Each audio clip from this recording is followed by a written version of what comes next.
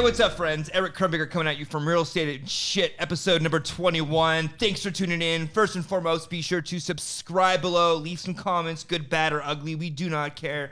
We welcome anything that you guys have to say, but thanks for tuning in. We'll get right to it. We got two great guests. We got Sadie Gribbon. Hi. So what's up, Sadie? How are you? I'm good. I don't know why I introduced you like that, but I whatever. liked it. You like we that? gotta change it up. All right. Yeah. I love it. How are you doing today? I like your shirt. Pretty good, thank you. We're all matching. Oh, we got the Sold by Fox. These are great shirts, by the way. I love the co-branding. Love it. Me too. I wonder who did that. I don't know. Well, that's a great intro, you know. We got Chris Fox in the house. What's up, Chris? How you doing today? What's going on? How are you? Great, man. We're doing good. We're loving wearing the merch, and it fits. And it's one thing to have merch when you get from other people, and it's just sucky stuff. It's another thing to get something that you would actually wear. I like this. I'd wear this shirt. So thank you. I appreciate it. I'm not getting choked by the collar, so I appreciate that. And if you want a t-shirt, by the way, leave a comment below. We will give you a t-shirt ASAP, one per person or enough for per family household. Whatever Chris says. But yes, leave some comments. I'll make as many as you need. Leave some comments below. We'll hook you guys up. But yes, thanks for tuning in. We got really cool topics today. Actually, I'm going to be honest right now. We're in a really interesting environment. I was going to say it's like a faction point. Not a faction point. It's like a fiction point. What's that word? What's the word? It's infliction. No. We're at an infliction point right now in real estate. And shit's just everywhere. You know, I was researching topics throughout Google and different websites that I'm a member of to get some topics for today. And you know what I'm seeing? Everything. A year ago, it was the world's falling on us. You know, it's the worst time to buy, worst time to sell, get out of real estate. Everything's declining, decelerating. We are trying to figure out like different loans. Now, as we are in, what month are we in? We're in June right now. Mm-hmm. And we just, we had our debt limit that was just extended. So that, you know, was feeling good for us. But as I'm reading the news, it's just a mixed bag of where we're at in real estate. I see commercials hurting. I see residentials gaining. I see that we're in a very low amount of supply in real estate in our marketplace. There are some homes on the market for 45 days. There are some that are multiple offers in 2 days are being sold. Did you know this? 40% of all U.S. transactions for homes being purchased last month, 40% were all cash. Wow.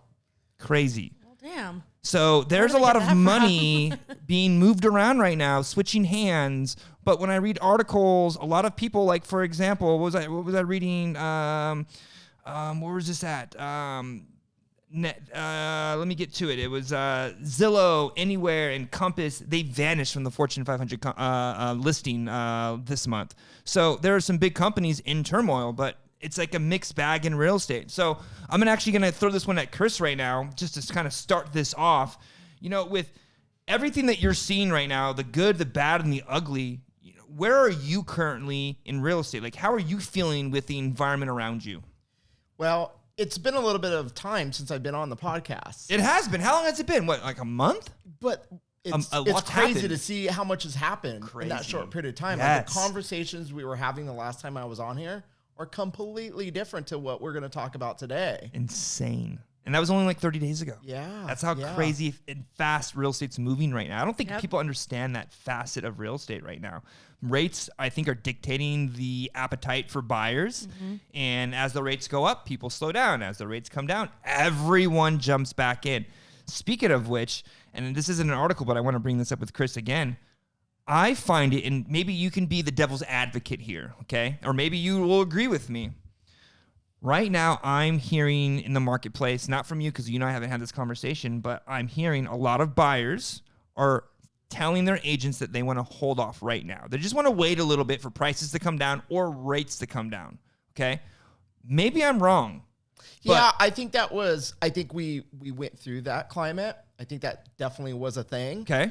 But I feel like we're on the backside of that now. Okay, what do you mean?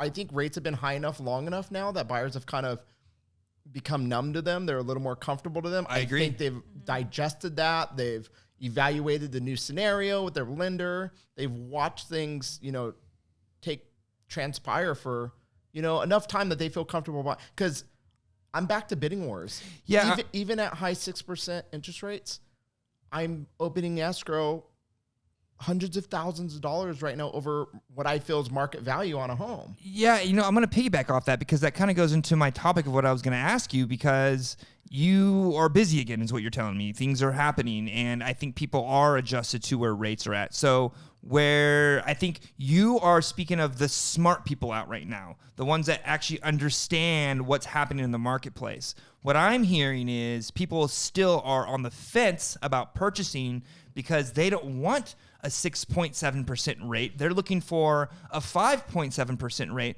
But I don't think people really understand the devil's advocate of that scenario, because tell me this. Right now, with rates as high as they are, we're still getting bidding wars. What do these people think is going to happen if rates go down a half a point? Yeah, and I spoke on that. And I initially thought, well, maybe it's just, a certain price point. Maybe that confidence is in, people that are a little more comfortable, situated financially. Yeah. And but no, like I've listed a mid 400,000 property in Highland. Okay. And I spoke to agents that have active and pending properties that are comparable. Yeah. And they coached me up on my list price. They're like, Chris, we had 15 offers on this one. It went 20,000 over. The other agent said the same. They gave me confidence to list the price higher than I had comped it out. So even at that lower price point, entry-level price point, there's still a ton of buyers. But I've been trying to figure out where the demand's coming from. Okay. And I think that a lot of people are putting their money into real estate now, opposed to whatever they were doing before, or whatever, Well, the stock market's not. I think owning real estate's like the thing right now. It's becoming more mainstream. It's tangible. You could touch it. You can, you can manage it. You can see it. You're in control of it. I think agree. that's become important to a lot of people and where they put their money. I'm going to be a devil's advocate on that. What a terrible, terrible time to want to now get into real estate. Don't get me wrong. It's always a good time to get into real estate. But of all the times you could have chose to figure out this is the best time to put my money into real estate. And I bet every one of them thinking the same thing. Gosh, if I had pulled all my hundreds or millions of dollars out and bought real estate a decade ago, even 5 years ago, 3 years ago, what would their portfolio look like? Oh my gosh. And it's crazy to not devil's advocate, but with all the buyer demand that we have right now, we're at the lowest inventory levels of almost all time. We're at a 2-month supply of inventory in our marketplace right now. With all these buyers, no wonder why. And by the way, I don't think every listing gets multiple offers, but the listings that we tend to get, I mean, you work with beautiful clients, people that, they live in our area. So the listings that you get are beautiful listings. They're not always beautiful. Okay. They're not always beautiful. You make them beautiful. I make them beautiful. That is also very true. We need to ensure that we're showcasing these properties, at their best, and whatever that takes. Because look at the data. It proves that buyers will overspend all day long. Like, buyers are going ape shit, writing ridiculous offers on homes again, because they don't have to do the work. Yeah. Because they're turnkey. If you can make your home that perfect Pinterest turnkey home for them, you're going to net hundreds of thousands of more. And first-time home buyers don't want to do anything. I feel like, okay, I'm not trying to age people, but I feel like maybe when you bought your first home, you might have been more down to, or like people in your age group have a fixer. It's like my starter home. I'm going to move forward. People my age are like, no way. If I'm buying a house at 7% interest or whatever, because we don't know any better, we're getting a turnkey house. It's going to have all the nice appliances. It's going to be ready to go. We're not putting work into anything. So I think there's a difference too when it comes to like generationally what first-time home buyers are looking for. I think you hit the nail on the head. I agree. Absolutely. I think we're entering this whole new, buyer pool from a younger age point, and maybe they're a little bit disconnected from what it takes to improve that home. Maybe they don't, have the funds or. Well, when you're buying your first home, you usually don't know, right? Yeah, I don't know. I did. I was excited to buy a fixer and make a smart, financial decision. And it's really trendy right now to buy a house, like you were talking about before. Like, it's the cool thing to do. It's cool, and I think it's because it was in the news so much because rates were at these all-time lows. Like, I didn't even work here at the time, and I had no idea what an interest rate was. And then I was like, oh, that's cool. That's awesome. And now that they're at 7%, I'm like, well, that blows. Should have bought a house a couple years ago. But on the other side, where people are like, I don't want to buy right now because rates are hot, like technically high to them. On the other side of that coin is like, well, what about if they go higher? Yeah. Wouldn't she wish she was locked in at 6.75 or whatever today is? I agree. Like, I think we're at the rate. I think we're at the rates, whether they go higher or lower. It's not enough to dictate what is going to change your payment that month. I mean, that much to get what you need to get done to own that property. I completely agree with you on that one. I think Sadie. the common denominator in all the conversations, even thinking back to past podcasts, are that when's the best time to buy a house? It's really truly when it's best for you. Yeah. It's the honest truth. I feel like I've bought homes over the last 5 years in both economies or both marketplaces, and all three times are all three different scenarios. And I'll be honest, all three homes was never a good time. We had those conversations. We're like, it's a little tight. We're going to have to cut back and this, that, and the other and adjust. And it's scary. And after we bought it, do we make the wrong decision? Like, are we going to regret this? Yeah. And it's not until you look back after a year and you look at what you owe and this, that, and the other. You're like, oh my God, this is a bank account. This is like a little piggy bank for myself. Yeah. And now we own this asset and we're happy with our life and things are feeling good. And we have there's so much to it that I think is forgotten, or actually you don't know. And you seem to rise to the occasion. It's the same thing with having kids. Oh my gosh, how am I going to feed this kid? kid? Rise to the occasion. Oh my God, when I found out my wife was pregnant with my daughter, I was like, oh my God, like we're going to be homeless. How are we going to pay for this thing? You know what I mean? Yep. But you make it work. And I think that's the same thing. I think it's important for buyers to acknowledge that. Overanalyzing the payment, although I would never guide someone outside of their, financial comfort zone. But I mean, you find a way to make it happen. You rise to the occasion, You do. So many people overanalyze that payment. I wish I would have bought more every time I bought. I agree. But I was scared of that adjustment. Chris, I've seen some deals recently in this office and outside this office where deals almost canceled or almost fell through over $1,000, over $1,500, or over an air conditioning or a stupid fan. Like, what are people thinking right now? Like, I think they were scared and looking for a way out. But what you're saying is what they need to really understand, the mental side. Like, it's going to be scary to buy a home of a huge magnitude, something you haven't done before, and you're going to get cold feet. Yeah. But you need to be trusting the process that this is a good long-term move and investment for you. But when I'm seeing these almost cancellations of $1,000, like, I'm just thinking to myself, somebody needs to save them. Yeah. They need to show them clarity of education. Give them a hug. Give them a gift letter. I don't know. A Home Depot gift. Well, it's so true. You know what though? I'm gonna be on the serious note because this is also true. This is where the skill set comes involved. That's where it comes into play. I can guarantee, Chris, you're not losing a buyer or seller over $1,000. You're not losing a buyer or a seller over some small minute thing. It's something that's catastrophic that's going to make this escrow fall out. So it's a skill set thing, because this problem that I just mentioned, I guarantee you have not had it. No, I haven't. And you know what? It's because of the human element. Oh, man. There we go. Good plug.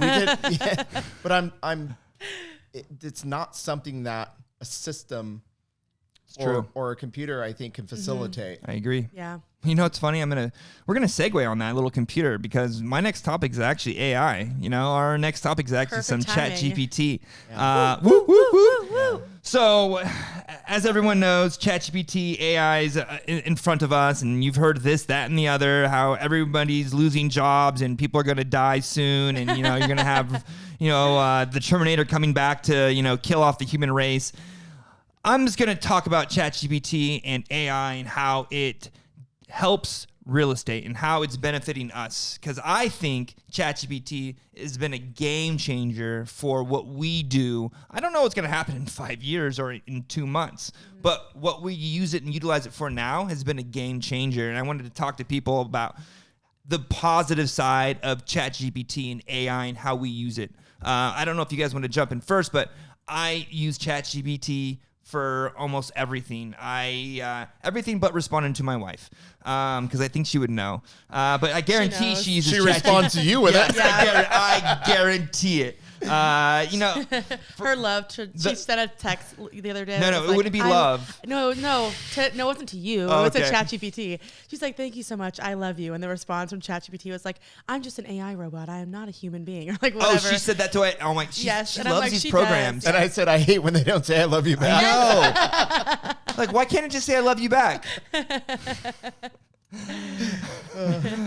on the real, we use ChatGPT once it got introduced to real estate and how we can utilize it. I think we're utilizing it for very creative ideas. You know, when we're trying to create a property description for a home, you know, it takes a lot of thought and creativity to expose a home the way we know it needs to be exposed. Mm-hmm. And it always benefits and helps us when there's a third party that can help brighten and strengthen what we already are putting to paper. So I feel like ChatGPT has really helped with that. And then also, we're in real estate. We're dealing with shitty agents and like all kinds of random things that happen with us all day long. And we're always having to respond and get back to whatever it may be.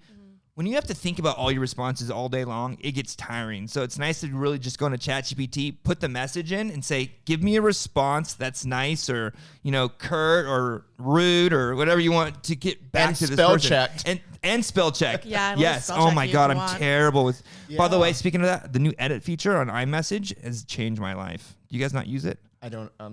Oh yeah, yes. I edit every message that I send. Yeah, which is really helpful because sometimes I'm like, I don't know what you're saying, and then I'm like, thank God. You know, Show me after the podcast. Okay, I actually wondered, Sadie, do you see the before and after? You see me edit it? You could just see that it was edited, and you can also see if someone unsent something. So like, have you done the unsend? I have done the unsent. Actually, I did it once to the actual group, our element text feed. It was like 12:30 a.m. I got back from dinner with Carrie and I was on a good one.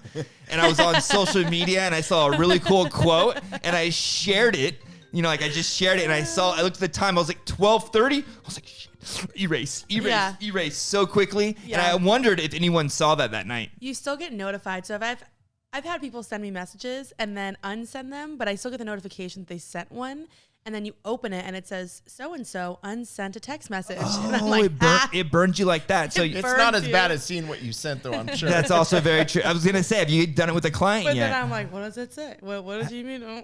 I have not done it with a client yet. I have not done it with anyone of like magnitude where I've had to unsend something yet. Yeah. Did you hear the story about me sending a client a nude? An older woman, like a mother of a friend of mine. I love this story. How did this happen? Wait, hold on. Yes, I want to know. Luckily, it was from the waist up, but yeah. Full frontal. Yeah, I was getting ready to get in the shower, and this client was texting me, and so was my wife. So I was going back and forth with my wife and back and forth with the client. I'm dying. Sorry, and I Kelly. just got back home from the river, and I was so freaking burnt. And my skin hurt. And so I took a selfie to send to my wife, like, oh my God, look how bad my skin hurts. And I sent it to my client. And this was right before I went on the listing appointment. She's all, that's one way to get a listing. I was like, oh my God, not my wife. Oh my God, I'm so sorry. And you didn't even, oh wow. And you didn't even know it. Did you get the listing? Yes. Okay, good. There we go. Okay, so now we have a new listing presentation. Full frontal for every listing presentation. Yeah. You know what though? What a great icebreaker. Mortified, though. I was like, if there would have been an unsend, that would have been an appropriate time. Was it like around 75 hard though? Like, was it a good time for you? No. Subconsciously fuck around to find out, you know? You're just fucking around to find out right now, you know? A/B testing how to get clients. Oh, goodness. I am not going to get too far into this subject, but I will say I would dive into that a little bit. Not like the, you know, what accidentally happened, but the icebreaker. Yeah. You took all the pressure off that listing appointment. Yeah. You know, like it was more fun when you saw her, I bet. And it was like, oh, she's hey. like, oh, I didn't recognize you with a shirt on. Exactly. First thing she said when it came. It's great. And then I looked at the husband. I was like, ooh, awkward. That's right. Yeah, you better buy her a bigger house.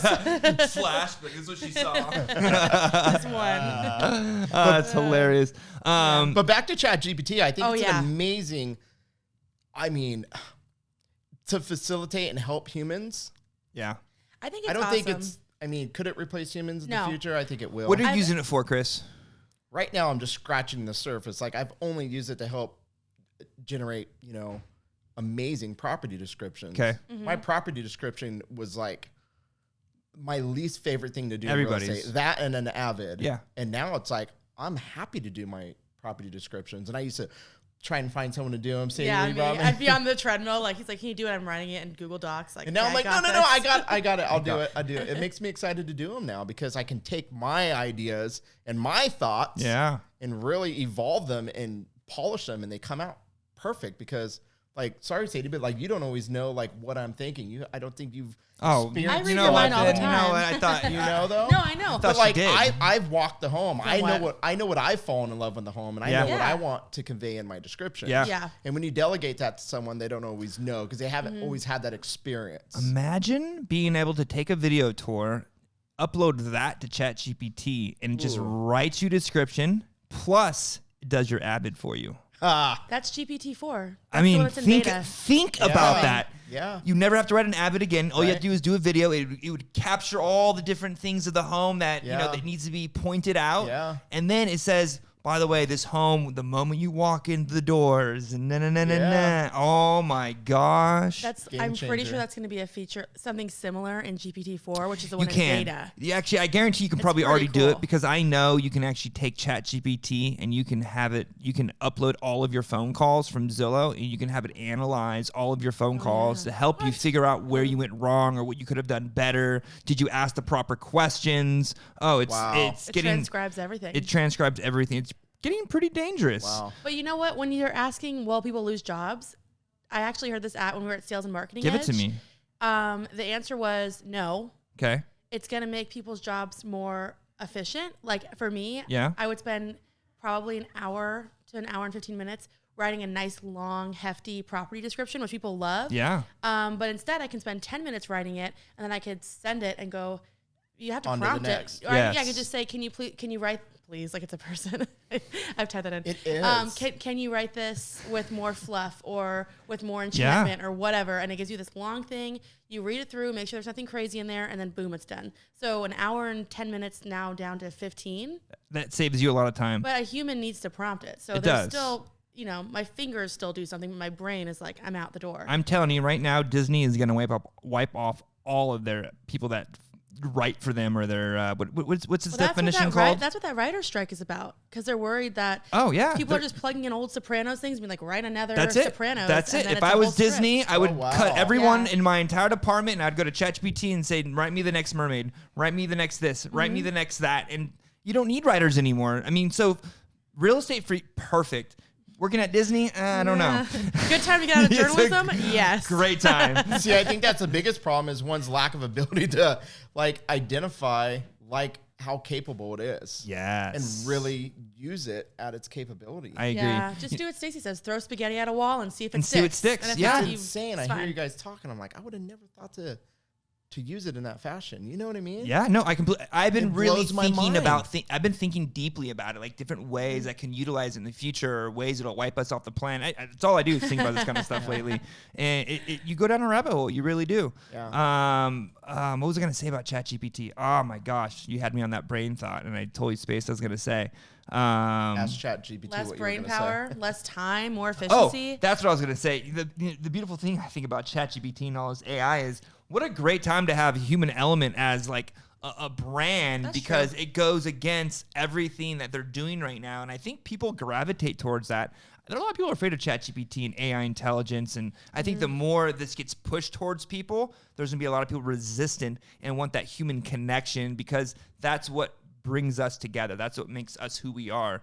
Being part of a tribe, Yes. Like humans want to be together and a part of something, and they want that affection. And, correct. Well, it's like with the Disney thing. I'm like, but AI doesn't have a heart, so I don't know if they'll be able to rewrite Disney. It doesn't the have same a heart. way. But I actually, it's funny you said that because this brings me to my last segue of the day is when do we in real estate? Because I don't know if you guys have heard this lately, but there's been a lot of UFO sightings, a huge one. There's actually this guy from the department. I don't even know what. Jeremy Coble just. Who? Was on the news. Is this the guy that's been all over the news over the last week? He's the high general, whatever it is. So Jeremy's the one that interviewed him first before he came out. Jeremy's the one that's on Joe Rogan all the time and stuff. Okay. Jeremy, is it Corbell? Yeah. Corbell or whatever his name is. Okay. He was on, I saw a clip on social media, him on the news talking about this high general who's come forward now. They have aircraft, they have aliens, they have pilots, they have everything's correct. Everything's but they just checked recently out. shot down an unmanned, unidentified. That was like in Alaska somewhere, like North Pole area. You know, it's so funny. On the funny side and on the real side, are we going to start selling real estate to aliens? You know, I mean, like they're going to want to. They want land too. They're not here for no reason. We're going to Mars, baby. You know, I'm gonna go buy some property. You know, it makes you think though. You know, like there's been a lot of things lately with UFOs, and I somehow tie that into real estate. You know, we could figure it out. Yeah, I mean, Elon's trying to go to Mars, isn't he? Isn't that his goal?